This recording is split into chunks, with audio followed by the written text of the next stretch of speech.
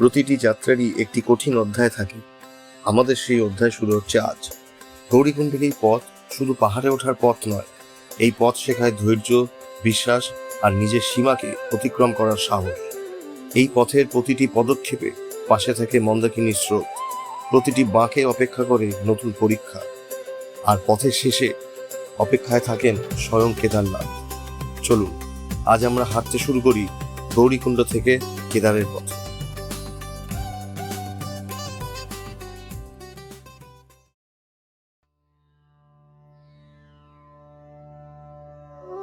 আমরা এখন দাঁড়িয়ে আছি গৌরীকুণ্ডের GMVN এর সামনে।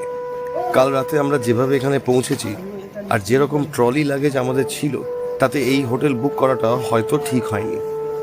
একে তো এটা কেদারনাথের ট্রেক রুটের শুরুর দিকে, তাই অনেক সিঁড়ি ভাঙতে হলো, আর দুই, এটা ওই মূল রাস্তা থেকে আবার এতগুলো সিঁড়ি ওপরে, তাই ট্রলি টেনে আনতে আমাদের যথেষ্ট কষ্ট হয়েছে। নিচে ওই যে রাস্তাটি দেখতে পাচ্ছেন, ওটাই কেদার ট্রেকের রাস্তা।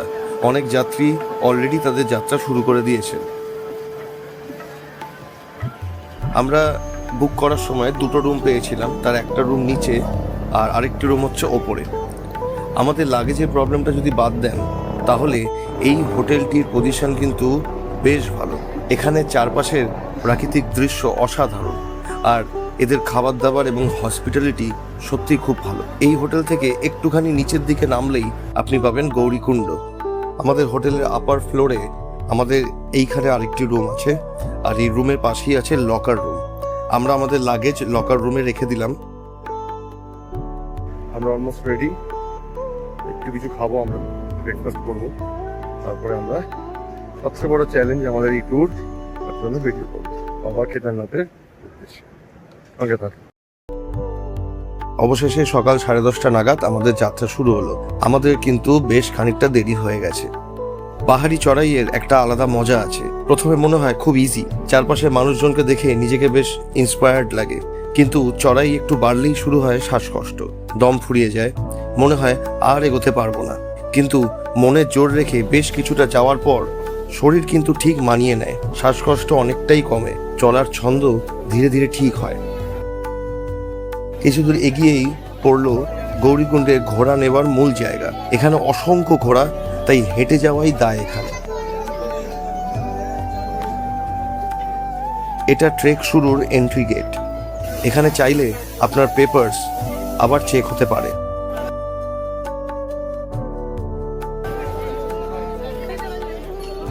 আমরা কিছু দূর গিয়ে বারবার বিশ্রাম নিচ্ছি, কারণ এখনো শরীর মানিয়ে নিতে পারেনি। এই সময় সবচেয়ে ভালো ওষুধ হচ্ছে বারবার জল খাওয়া। আজ আমাদের সাথে অসংখ্য মানুষ চলেছেন বাবার টানে। কেউ পা টেনে টেনে চলেছেন, কেউ দৃপ্ত পায়ে এগোচ্ছেন, কেউ বা ঘোড়ার পিঠে, বা কেউ মানুষের পিঠে। সবাই চলেছেন একই লক্ষ্যে, গন্তব্য সবারই এক। অনেকেই একটু জায়গা পেলেই বসে বিশ্রাম নিচ্ছেন, আমরাও নিচ্ছি সুযোগ পেলে।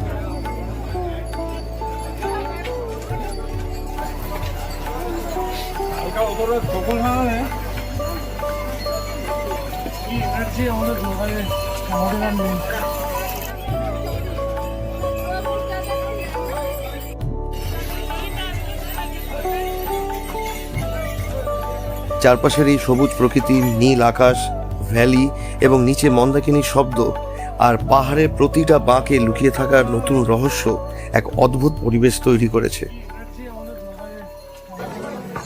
অলরেডি আমরা সবাই ওয়ান আউট হয়ে গেছি। আমরা জিরা ব্রেক খাচ্ছি। Sting is the secret of your energy. আর নয়, আমরা তো জিরা খাচ্ছি। এখানে কিছু দূর ছেড়ে ছেড়ে অনেক পাবলিক টয়লেট আছে, জলেরও ব্যবস্থা আছে, এই ব্যাপারে নিশ্চিন্ত থাকতে পারেন।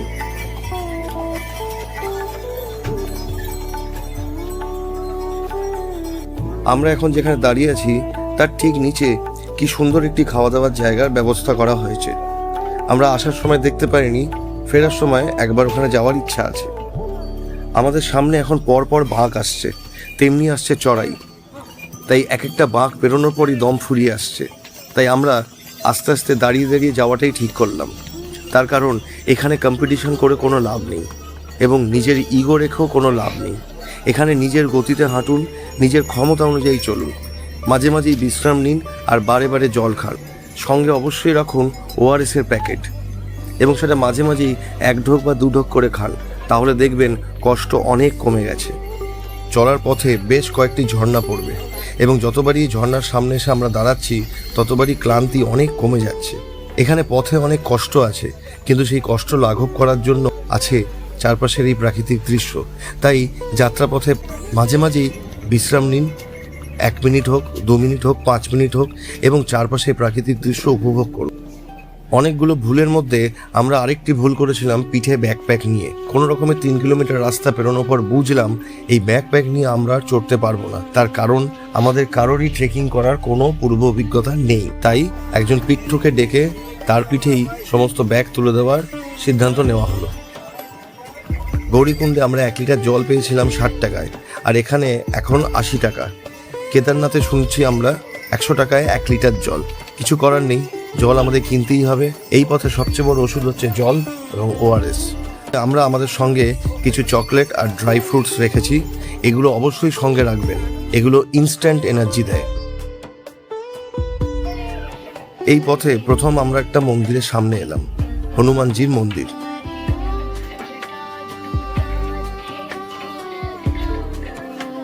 সামনে আবার একটি জলপ্রপাত, আবার একটুখানি বিশ্রাম, একটুখানি জল।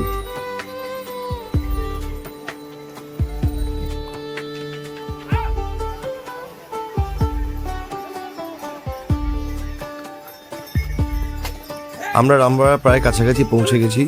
ওই দূরে ব্রিজ দেখা যাচ্ছে। আমরা ভীমবালি পৌঁছালাম। এখানে জিএমভিএন এর আরেকটি প্রপার্টি আছে, তবে আমরা এখানে শুধুমাত্র লাঞ্চ করব। আমাদের বাকি মেম্বাররাও চলে এসেছেন।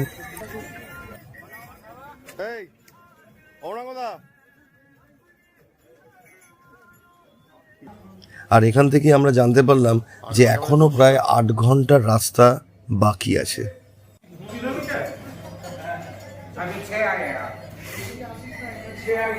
এখানে খুব বেশি অপশন নেই, তবুও এই গরম ডাল ভাত যখন সামনে এলো তখন সত্যি মনে হলো অমৃত।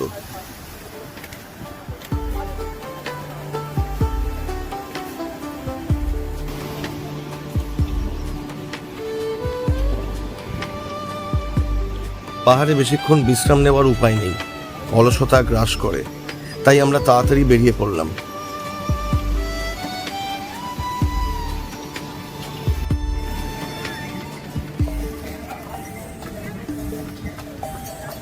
পৌঁছালাম রামবাড়া ব্রিজের ওপর। হঠাৎ করেই কোথা থেকে বৃষ্টি শুরু হলো। পিট্টু ভাই আমাদের আগেই বলেছিলেন যে এই অবধি ট্রেক কিছুই না, আসল ট্রেক শুরু হবে রামবাড়া থেকে, এবং সত্যিই তাই। এখান দিয়ে নিচে মন্দাকিনী প্রবল শব্দ করে বয়ে চলেছে, আর নদীর খাতে পড়ে আছে পুরনো রামবাড়ার কিছু ধ্বংসস্তূপ, যার দিকে একবার চোখ পড়লেই 2013-র সেই ভয়ঙ্কর দিনের কথা আপনাদের ঠিক মনে পড়ে যাবে। এখান থেকেই শুরু হয় সেই নতুন রাস্তা, এবং আগের রাস্তার থেকে এই যে সামনে জিগজ্যাগ রাস্তাটি দেখছেন, যে পথে এখন আমাদের যেতে হবে, সেটি যথেষ্ট কঠিন। তাই এইবার হয়তো সব ভিডিও আমরা দিতে পারবো না, তার কারণ বৃষ্টি হওয়ার পর রাস্তার অবস্থা খুব খারাপ হয়ে যাচ্ছে।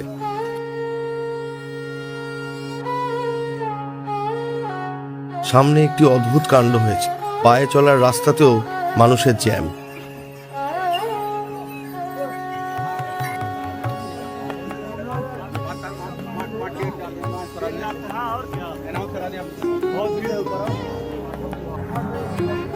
ভিড় ঠেলতে ঠেলতে কোনো রকমে ছোটি লিঞ্ছলি পেরোনোর পর আমরা একেবারে দাঁড়িয়ে গেলাম।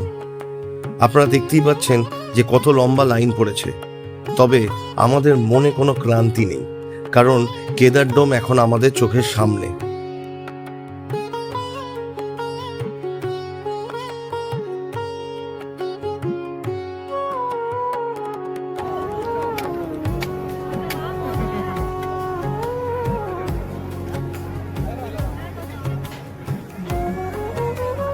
অনেক কষ্টে ভিড় আর ঘোড়া থেকে নিজেদের বাঁচিয়ে আমরা বাড়ি লিঞ্ছলির কাছে পৌঁছালাম। ব্যাস, তারপরেই এই জ্যাম, একবারে ডেডলক। তবে আমাদের সামনেই রয়েছে একটি গ্লেসিয়ার, এবং কি অদ্ভুত দৃশ্য। মে মাসে যে এরকম বরফ দেখতে পাবো তা সত্যিই ভাবিনি।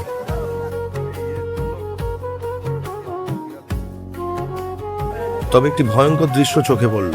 কিছু মানুষ শর্টকাট করার জন্য এই গ্লেশিয়ারের উপর দিয়ে যাতায়াত করছেন, যেটা একদমই ঠিক না।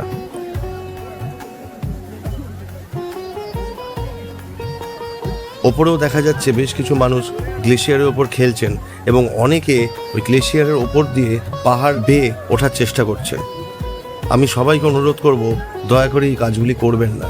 তার কারণ কখন কোন জায়গায় আলগা পাথর থাকবে এবং গ্লেশিয়ারের মধ্যে কোনো যদি ফাটল থাকে তাহলে কিন্তু বাঁচার চান্স খুব কম। অবশেষে আমরা জ্যাম থেকে বেরোতে পারলাম। এখনও বাড়িলিনচলি 1 কিলোমিটার আর কেদারনাথ আমাদের থেকে 6 কিলোমিটার দূরে। সামনে একটু ফাঁকা রাস্তা আমরা পেয়েছি, এটাই বাড়িলিনচলি।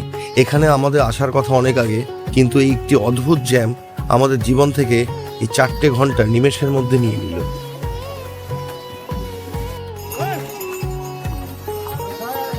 এখানে আমি একটু রেস্ট নেব। ভিড়ের কারণে আমাদের দলের বাকি মেম্বাররা পিছিয়ে পড়েছেন, তাই তারা না আসা অবধি একটু রেস্ট নেওয়া যেতে পারে। আমাদের সামনে উপত্যকা জুড়ে ধীরে ধীরে অন্ধকার নেমে আসছে।